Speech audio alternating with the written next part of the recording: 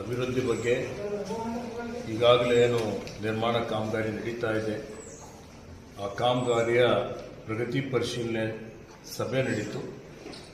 ಈ ಸಭೆಯಲ್ಲಿ ನಾವೇನು ಅನುಭವ ಮಂಟಪ ನಿರ್ಮಾಣ ಕಾಮಗಾರಿ ಏನಿದೆ ಇದರ ಒಂದು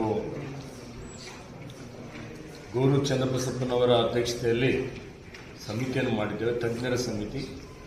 ತಜ್ಞರ ಸಮಿತಿ ಅಧ್ಯಕ್ಷರಾದಂಥ ಗೌರು ಚನ್ನಬಸಪ್ಪನವರು ಮತ್ತು ಅವ್ರ ಜೊತೆಯಲ್ಲಿ ಮುಸ್ಲಿಂ ಮಠದೇವರು ಈ ಥರ ಎಲ್ಲ ಗಣ್ಯ ವ್ಯಕ್ತಿಗಳು ಇಲ್ಲಿಗೆ ಈ ಸಭೆಯಲ್ಲಿ ಬಂದಿದ್ದರು. ಭಾಳ ಕೂಲಂಕುಷವಾಗಿ ಚರ್ಚೆ ಆಯಿತು.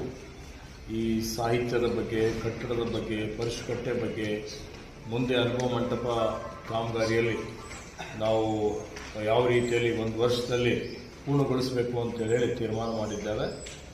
ಸೊ ಅದರಲ್ಲಿ ಇನ್ನೂ ಯಾವ ರೀತಿಯಲ್ಲಿ ಅದನ್ನು ನಾವು ಪೂರ್ಣಗೊಳಿಸಬೇಕು ಅನ್ನೋಂಥದ್ದು, ಕಾಲಮಿತಿಯಲ್ಲಿ ಪೂರ್ಣಗೊಳಿಸಬೇಕು, ಲೋಕಾರ್ಪಣೆ ಮಾಡೋದ್ರ ಬಗ್ಗೆ ಮತ್ತು ಸನ್ಮಾನ ಮುಖ್ಯಮಂತ್ರಿಯವರಿಗೆ ಪರಿಷ್ಕಟ್ಟದ ಬಗ್ಗೆ ಇನ್ನೂ ಹೆಚ್ಚಿನ ಕೆಲವೊಂದು ಅನುದಾನದ ಬಗ್ಗೆಯೂ ಚರ್ಚೆ ಆಯಿತು.